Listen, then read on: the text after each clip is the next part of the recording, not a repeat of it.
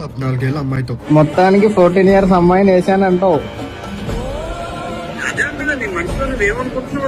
అబ్బా మళ్ళీ వీడు నీతులు చెప్తుంటే మీరు అందరూ వినడం. అసలు వీడు మాట్లాడే మాటలకి చేసే చేష్టలకి వీడిని ఎలా ఫాలో అవుతున్నారో నాకు అర్థం కావట్లేదు. అంటే నార్మల్ గా ఒక మనిషిని ఫాలో అవుతున్నామంటే వాళ్ళ వే ఆఫ్ థింకింగ్ కానీ వాళ్ళ వే ఆఫ్ బిహేవింగ్ కానీ మనకి కనెక్ట్ అయితే నచ్చితే ఫాలో అవుతాం. అలాంటిది వీడిని ఆ స్థాయిలో కూర్చోబెట్టి ఏం నేర్చుకుంటున్నారు వీడి దగ్గర నుంచి? అసలు టాపిక్ డ్రెస్సింగ్ గురించి అయితే నువ్వు ధర్మాన్ని తిట్టడం దేనికి, దేవతల్ని తీసుకురావడం దేనికి? సీతమ్మని తప్పుగా చూసినందుకే లంక తగలడిపోయింది. ద్రౌపదమ్మని చీర లాగినందుకే ప్రపంచ జనాభాలో సగానికి సగం మంది ఎగిరిపోయారు. ఏంటి మొత్తం రేప్స్ హిందూస్ చేస్తున్నారా? ఇప్పుడు నేనున్న దేశంలో ఇండియాలో కన్నా ఎక్కువ రేప్స్ జరుగుతున్నాయి. ఇక్కడ 140 మంది గురవుతున్నారు. ఇంకా ఎక్కువనే ఇండియాలో 2 లేదా 4 గురవుతున్నారు. మరి ఇక్కడ ఉండేది హిందూస్ కాదే? హిందూ ముసుగులో తిరుగుతున్న పెద్ద గొర్రెవీడు. ఇన్ని సంవత్సరాలు సెక్యులర్ భావాలతో కలిసిమెలిసి ఉన్న హిందూస్ ఇప్పుడు ఎందుకు పోరాడుతున్నారు అనుకుంటున్నారు? మీరు మీ మతాన్ని సైలెంట్ గా ఫాలో అయినంత వరకు మేము గౌరవించాము. కానీ ఎప్పుడైతే మా ఆచారాల్ని, దేవుళ్ళని, ధర్మాన్ని తిట్టడం మొదలు పెట్టారో, ఇష్టం వచ్చినట్టు ఆక్రమించడం, ఇంటింటికి వెళ్లి బలవంతంగా మత మార్పిడులు చేయడం స్టార్ట్ చేశారో అప్పుడు మొదలైంది ఇదంతా. నువ్వు నీ ఒపీనియన్ చెప్పుకో, శివాజీ గారిని సపోర్ట్ చేస్తావో చేయవో అది నీ ఇష్టం. అంతేకాని కావాలని దేవతల్ని, ధర్మాన్ని తీసుకురావడం ఏంటి?